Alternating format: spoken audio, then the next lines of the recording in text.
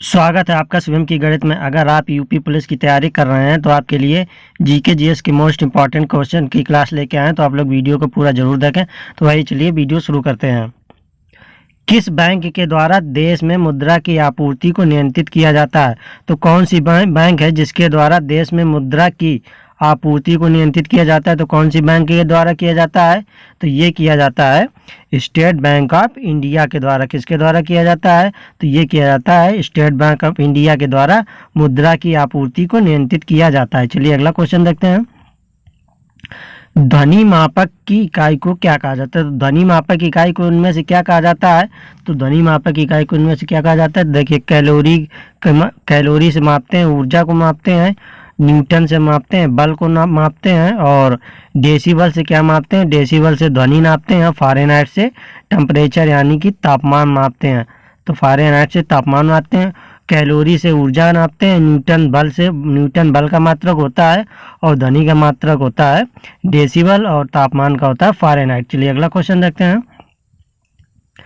निम्नलिखित में से किसके द्वारा सांची का स्तूप निर्माण करवाया गया था?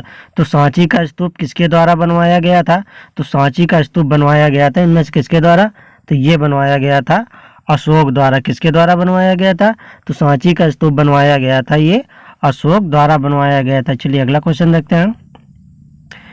निम्नलिखित में से किसका अर्थ है मुंह मियाँ मिट्ठू बनने से आए? तो इनमें से किसका अर्थ है कि अपने मुंह मियाँ मिट्ठू बनना? तो इसका मतलब हो जाएगा स्वयं की खुद से प्रशंसा करना, यानी कि अपनी ही बड़ाई करना। तो इसका आंसर क्या हो जाएगा? अपनी प्रशंसा स्वयं करना। तो अपने मुंह मियाँ मिट्ठू बनने का अर्थ क्या हो जाएगा? अपनी प्रशंसा स्वयं करना। चलिए अगला क्वेश्चन देखते हैं।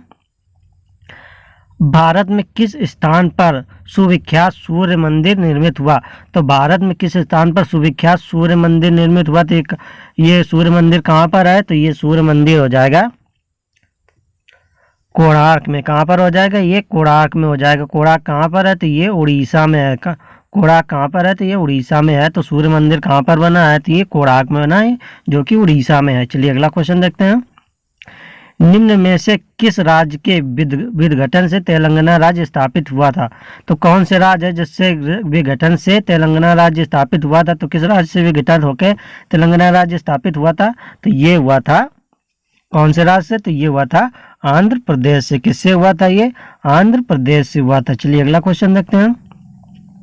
किस देश की मुद्रा का नाम येन है? तो कौन सी देश है जिस देश की मुद्रा का नाम येन है? तो कौन सा देश हो जाएगा? तो ये हो जाएगा जापान। जापान देश की मुद्रा का नाम येन है। चलिए अगला क्वेश्चन देखते हैं।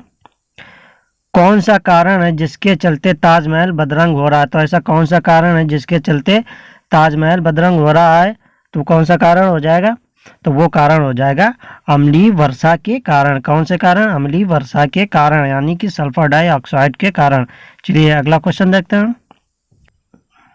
कितने वर्ष तक की राज्यसभा की सदस्यावधि होती है? तो कितने वर्ष तक की राज्यसभा की सदस्यावधि होती है? तो ये होती है कितने वर्ष तक?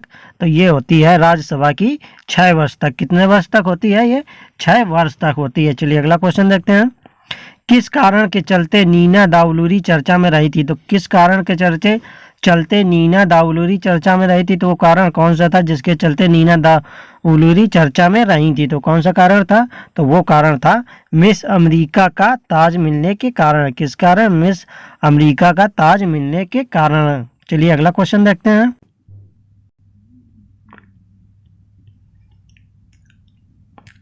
रॉबर्ट कैनिगल द्वारा लिखित उनकी पुस्तक the man who new infinity जिसके जीवन परिचय पर आधारित है?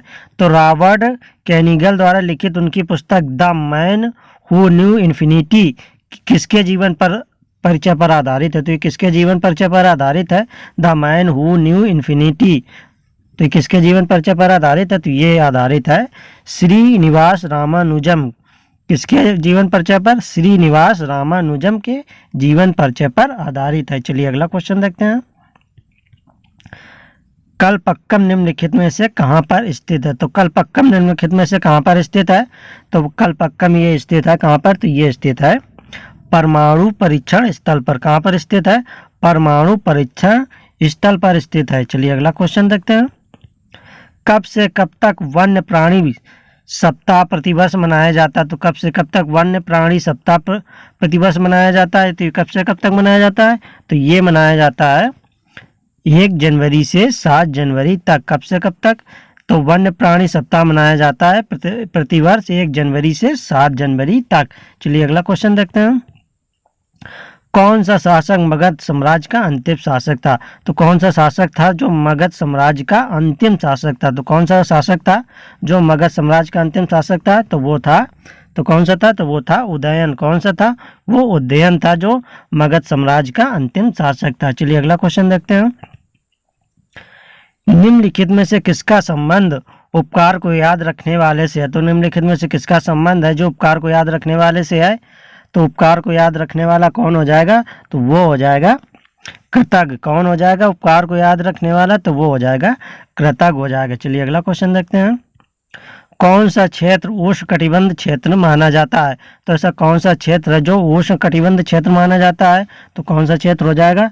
तो वो क्षेत्र हो जाएगा कर्क रेखा से मकर रेखा के मध्य। कौन सा क्षेत्र हो जाएगा जो उष्णकटिबंध क्षेत्र माना जाएगा? तो वो हो जाएगा कर्क रेखा से मकर रेखा के मध्य हो जाएगा। चलिए अगला क्वेश्चन देखते हैं। सही तत्सम शब्द की पहचान कीजिए। सही तत्सम शब्द कौन से शब्द होते हैं? तत्सम शब्द वे शब्द होते हैं जो संस्कृत के शब्दों को तत्सम शब्द कहते हैं। और तद्भव शब्द कौन होते हैं? तद्भव शब्द वे होते हैं जो हिंदी के शब्द होते हैं। जो हिंदी के शब्द होते हैं वो तद्भव होते हैं, और जो तत्सम शब्द होते हैं वो क्या होते हैं? संस्कृत के शब्द होते हैं। तो इसमें से कौन सा है जो तत्सम शब्द हो जाएगा? तो इसमें से तत्सम शब्द कौन सा हो जाएगा? तो इनमें से तत्सम शब्द हो जाएगा अंश। कौन सा शब्द हो जाएगा? तत्सम। तो इनमें से तत्सम हो जाएगा जो अंश हो जाएगा। चलिए अगला क्वेश्चन देखते हैं। किस वर्ष 2013 में भारत के किस राज्य में बादल फटने के कारण हजारों व्यक्तियों की मृत्यु हो गई थी?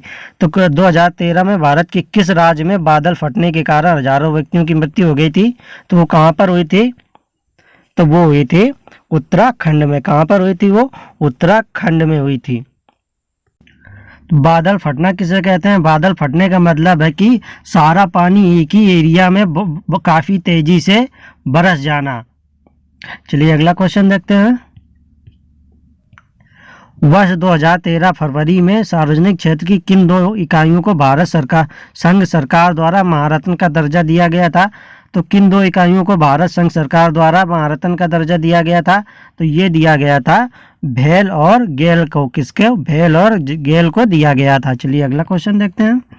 जन गण मन भारतीय राष्ट्रीय गीत की रचना करने वाले महापुरुष कौन थे? तो भारतीय राष्ट्रीय गीत की रचना किसने की थी? तो भारतीय राष्ट्रीय गीत की रचना की थी रविन्द्रनाथ टैगोर ने। किसने की थी? तो रविन्द्रनाथ टैगोर ने की थी। चलिए अगला क्वेश्चन देखते हैं।